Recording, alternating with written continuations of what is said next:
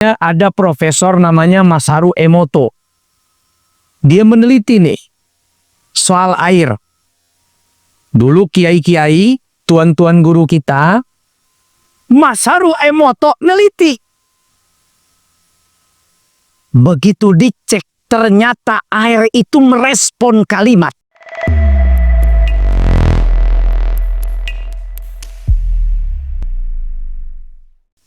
Kita semalam baru aja dari Mahoto. Mahoto, alhamdulillah, seyogianya saya sampai di sini tuh jam 4.30. Ban pecah di kebun sawit. Alhamdulillah, bongkar dulu hampir 40 menit. Dan yang bongkar itu saya. Jadi kalau mau lihat bongkar ban semalam ya, saya nggak ada yang lihat ya. Nah, saya supir, alhamdulillah, kurang lebih 40 menit melanjutkan perjalanan. Ustadz Agus juga sempat tersasar-sasar ini.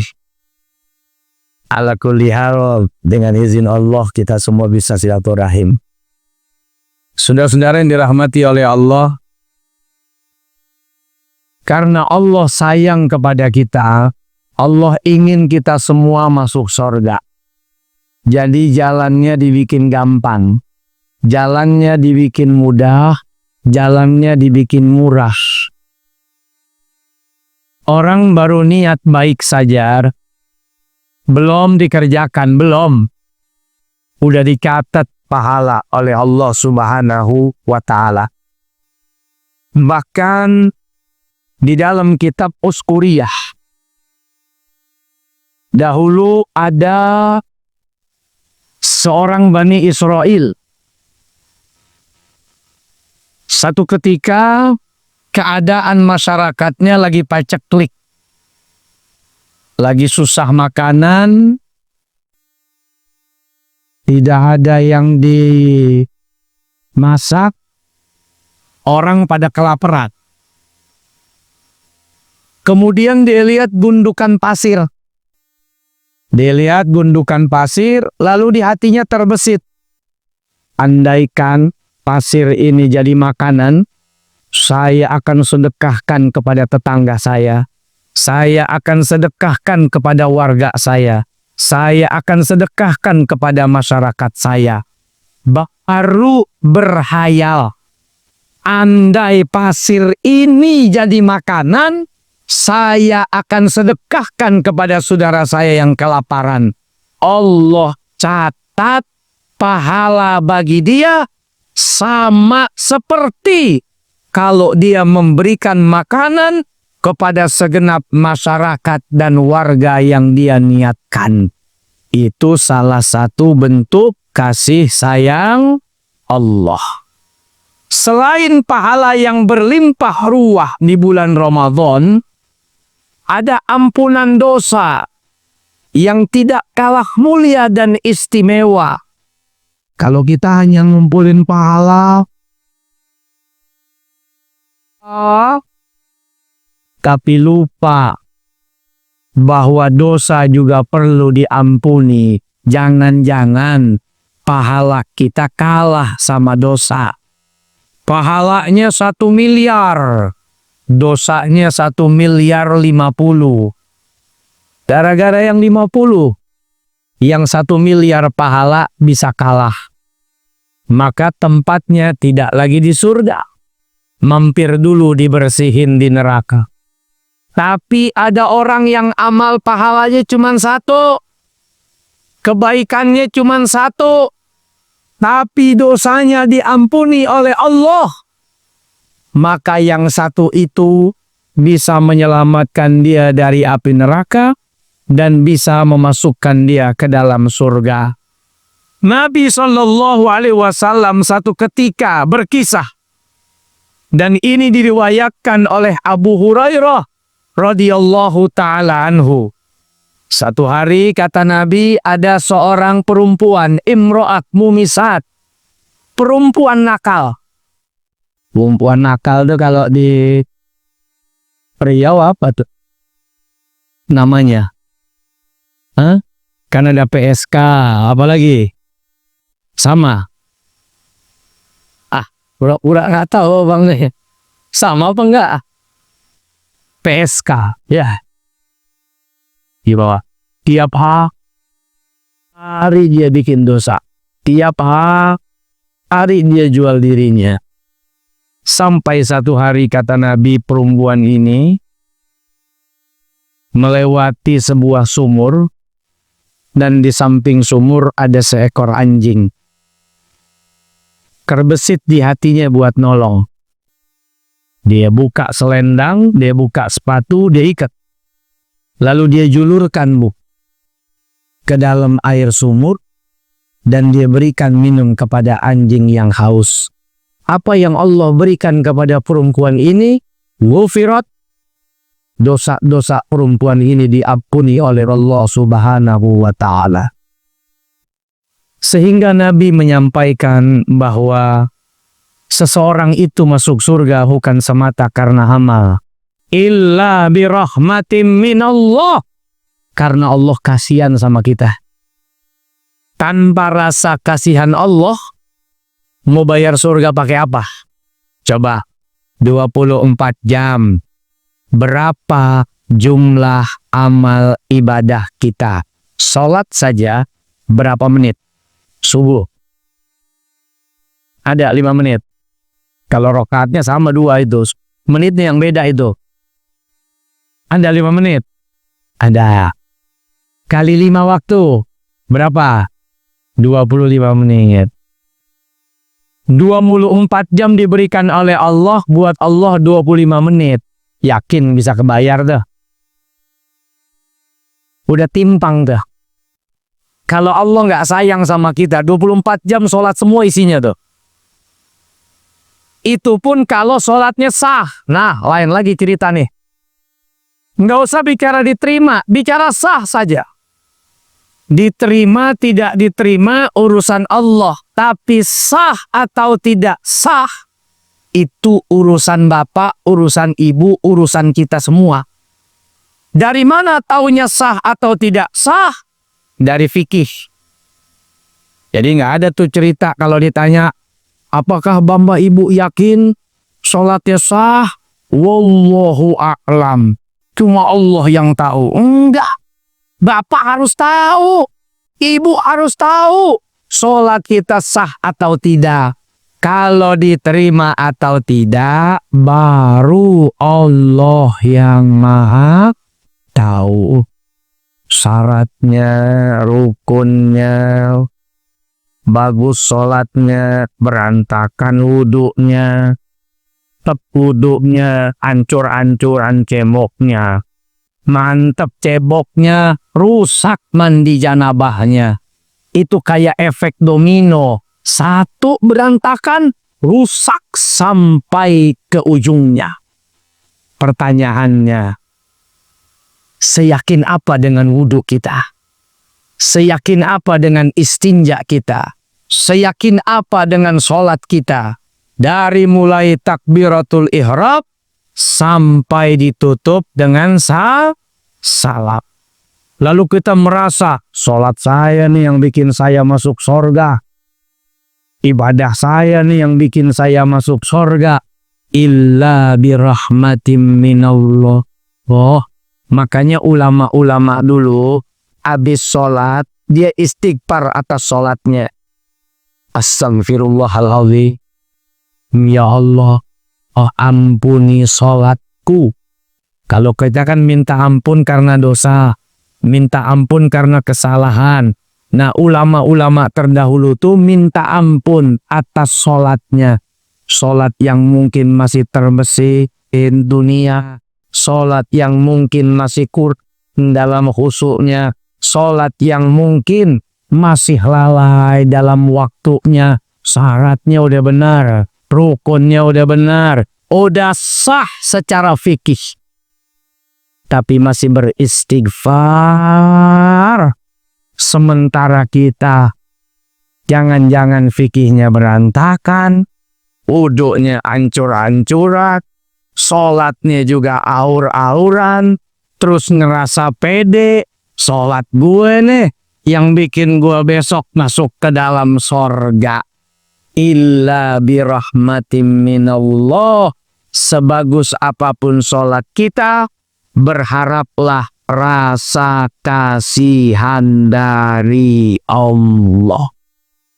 Nah, Ramadan ini hadiah dari Allah kepada umat Nabi Muhammad sallallahu alaihi wasallam, agar supaya kita punya dosa diampuni oleh Allah Subhanahu wa ta'ala. Bahkan di dalam satu ayat, Allah Subhanahu wa ta'ala memanggil pendosa dengan panggilan sayang. Oh, ini cakep nih.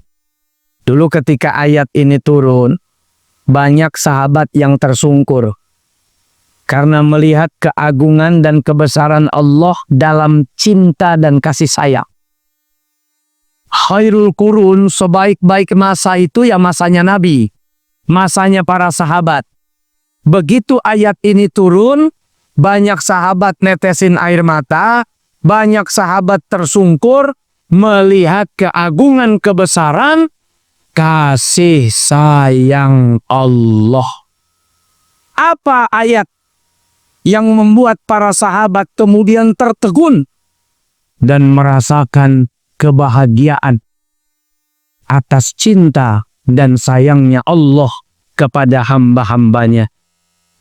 Allah Subhanahu wa ta'ala berfirman, bismillahirrahmanirrahim. Qul ya ibadiyalladzina asrafu ala anfusihim la taqnatu min rahmatillah. Innallaha yaghfirudz dzunuba jami'a.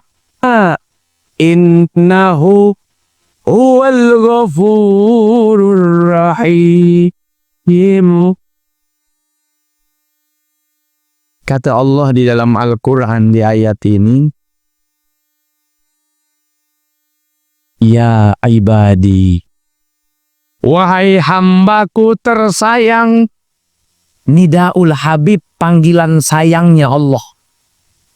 Ya ibadi, wahai hambaku tersayang. Siapa yang dipanggil oleh Allah hamba tersayang?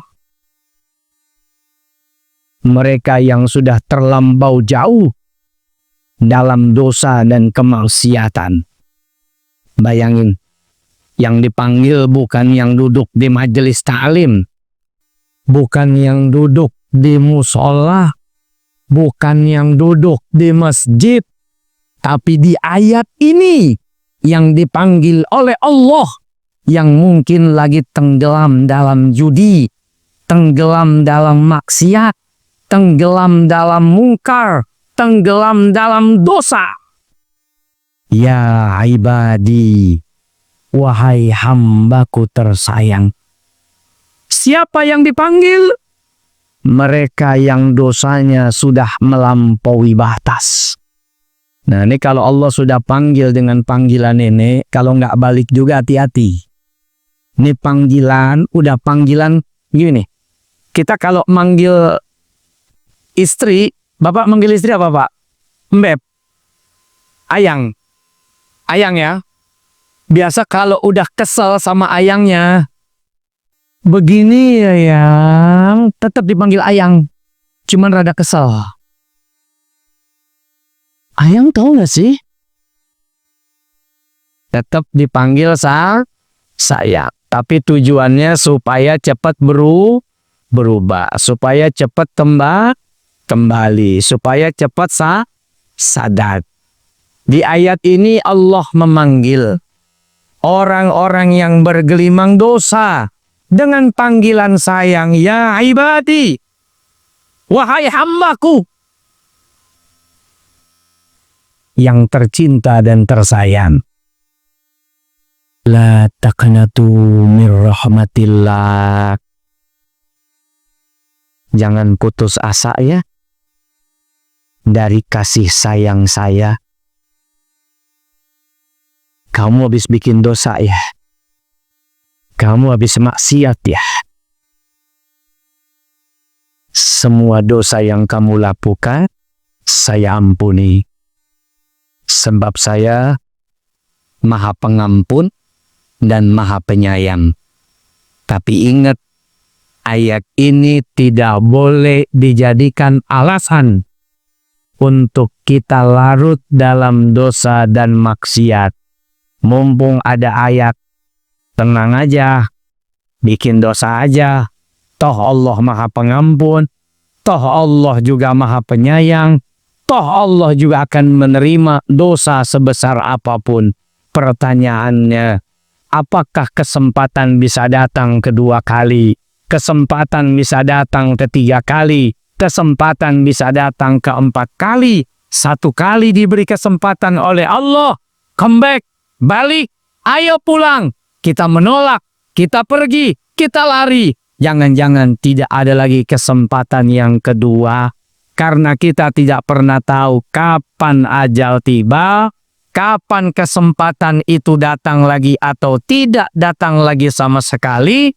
Maka sekalipun ayat ini ayat cinta dan kasih sayang, justru harus membuat kita segan, hormat terhadap rahmatnya Allah Subhanahu wa ta'ala. Kita kalau punya teman baik nih, alhamdulillah, tiap bulan kita dikasih duit 1 juta. Kira-kira makin segan apa makin melunjak? Ada teman baik ngasih duit 1 juta tiap bulan, kita makin hormat atau kita makin kurang ajar? Mumpung baik nih, kesempatan, kita sikat aja, manfaatin aja. Kalau perlu 10 juta dah. Kita makin hormat, makin tunduk, makin gak enak, makin takut, khawatir nyakitin. Kita tahu dia baik. Kalau punya makanan dia ngasih. Anak kita dijajanin. Kita butuh bantuan dibantu. Tapi justru melihat kebaikan teman, semakin tunduk, semakin takut, semakin gak enak, semakin khawatir, semakin cemas. Kalau kita menyakiti perasaannya. Begitupun ayat tadi. Ayat tadi itu bukan untuk membuat kita semakin bebas berbuat dosa, makin bebas berbuat maksiat. Mumpung Allah pengasih dan penyayang, mumpung dosa diampuni, mari kita dosa berjamaah. Boah. Tapi justru makin segan, ya Allah. Engkau baik banget. Engkau baik banget ya Allah. Dosa kami banyak. Dosaku bertumpuk. Engkau pengasih, Engkau pengampun. Ya Allah, terima kasih.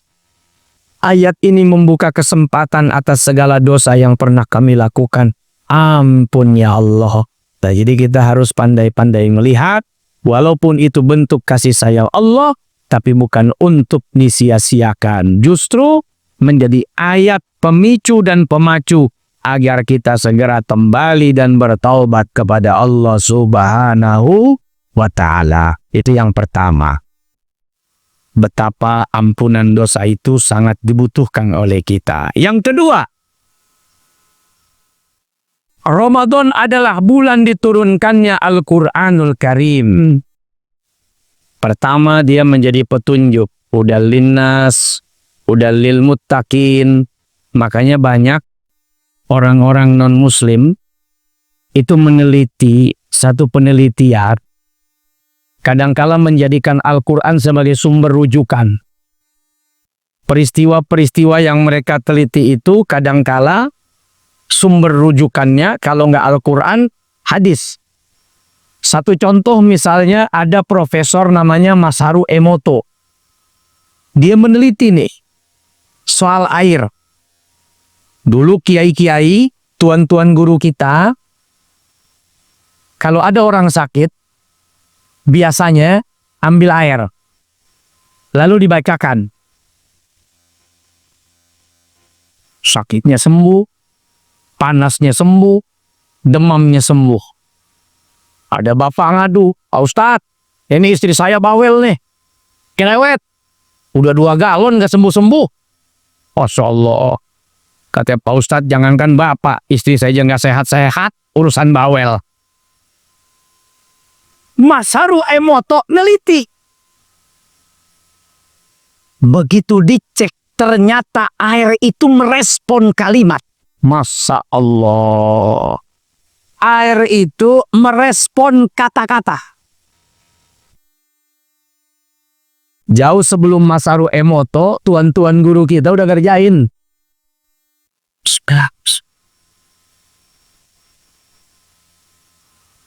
Diteliti sama Masaru Emoto.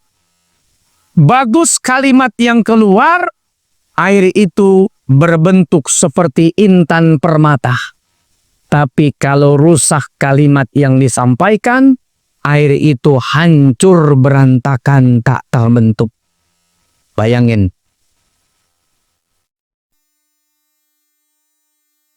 Tuan-tuan guru kita sudah lebih dulu menjadikan air sebagai media. Kenapa air? Ilmu pengetahuan baru bilang 70% tuh manusia isinya air.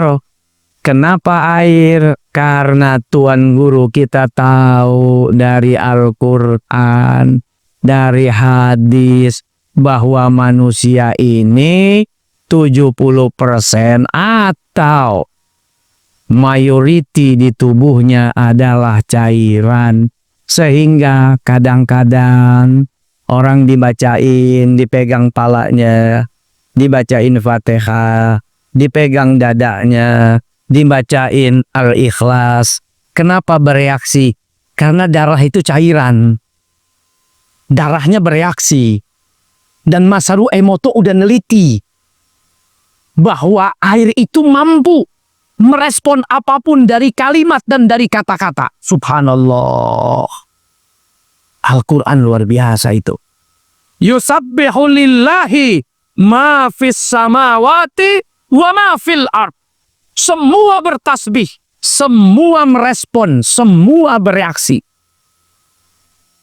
Cuman kita nggak tahu bagaimana responnya tanah, responnya air, responnya daun, responnya pohon terhadap tasbihnya kepada Allah Subhanahu wa Ta'ala. Datang lagi Profesor Tokeji Furukawa. Oh, ini namanya nih Profesor Tokeji. Tapi jangan diputus namanya sehingga dipanggil Profesor Toke. Apalagi manggilnya kayak nanya. Tokeji. Bukan Bicek. Profesor Tokeji Furukawa meneliti kenapa Allah memerintahkan kita kulu mimma fil ardi halalan thayyiba. Halal itu urusan kita dengan Allah, thayyib itu urusan kita dengan makanan. Halal. Tapi kadang bisa bikin asam urat, bisa bikin asam lambung, bisa bikin naik darah, bisa bikin turun brok, bisa bikin pala puyeng, bisa bikin tangan kram. Halal yang dimakan, tapi belum tentu thayyib. Apa hubungannya dengan manusia? Ditambah lagi Nabi menyampaikan kenapa penting menjaga makanan minuman dari makanan minuman yang haram, karena itu mampu mempengaruhi sifat. Profesor Tokeji Furukawa melakukan penelitian, ternyata darah yang dihasilkan dari makanan dan minuman mampu mempengaruhi sifat dan sikap manusia. Masya Allah. Sadaqallahul azim wa sadaqan nabi sallallahu alaihi wasallam. Alhamdulillah yang capek si Tokeji sama Masaru Emoto. Kita tinggal nikmatin doang hasil penelitiannya. Alhamdulillah. Kalau mereka mengkaji Al-Quran, kita baru sebatas mengaji. Mengaji saja, walaupun nyata tak terbata-bata disebabkan karena belajar. Allah hargai dua. Satu bacanya, dua belajarnya.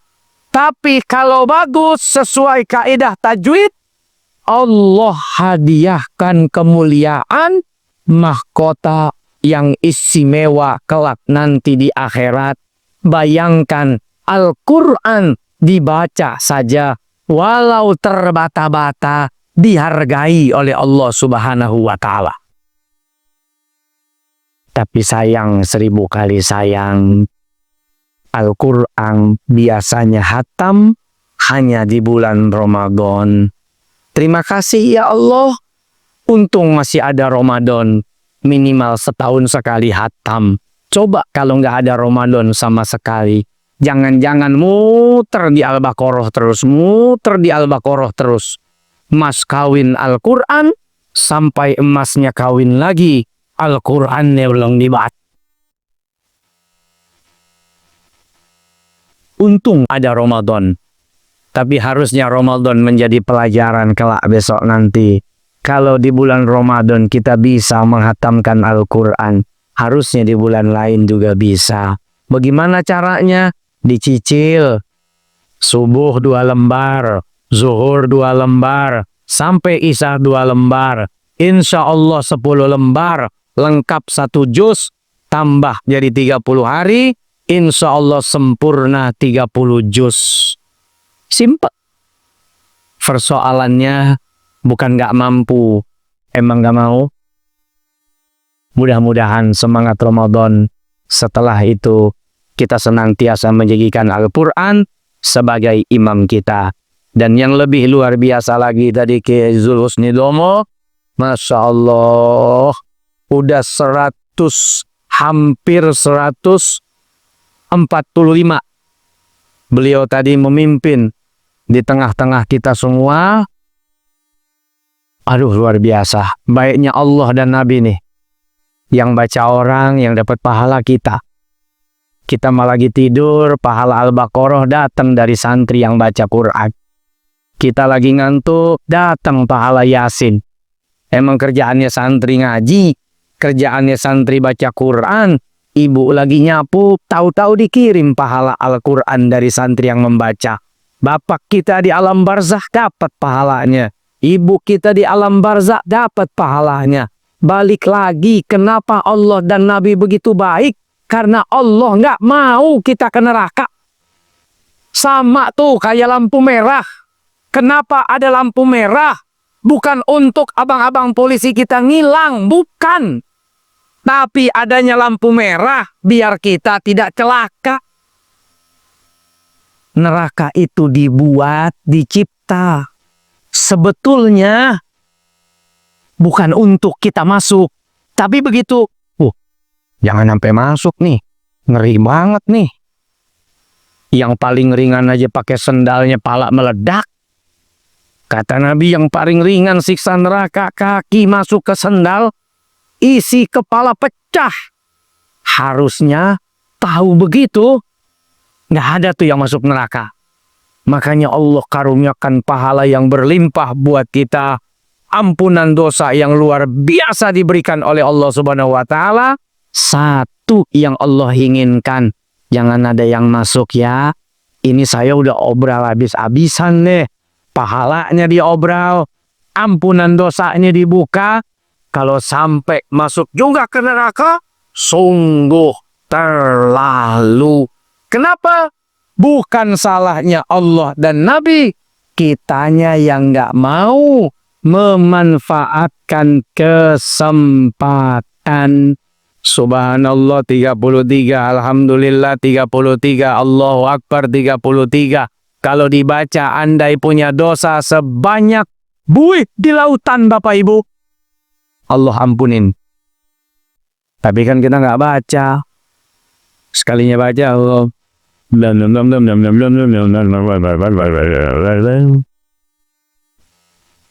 Gak ada ketenangan. Subhanallah, subhanallah. 99 detik. 99 kali. Gak sampai 2 menit. Karena 2 menit 120 detik. Dengan bacaan itu Allah ampuni dosa kita. Udah segitunya diobral oleh Allah. Nggak mau juga diambil. Jangan salahkan Allah kelak nanti di akhirat. Karena Allah sudah buka pintu rahmatnya. kita yang tidak mau mengambil kesempatan untuk mendapatkan pahala dan ampunan dosa.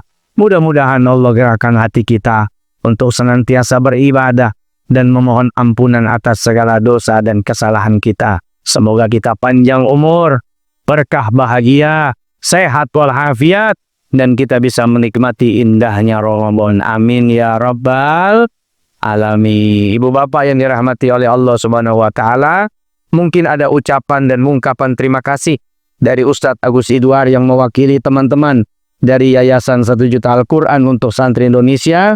Kepada Ustadz Agus dipersilahkan. Dari saya, wallahul muwaffiq ila aqwamit thoriq. Wassalamualaikum warahmatullahi wabarakatuh.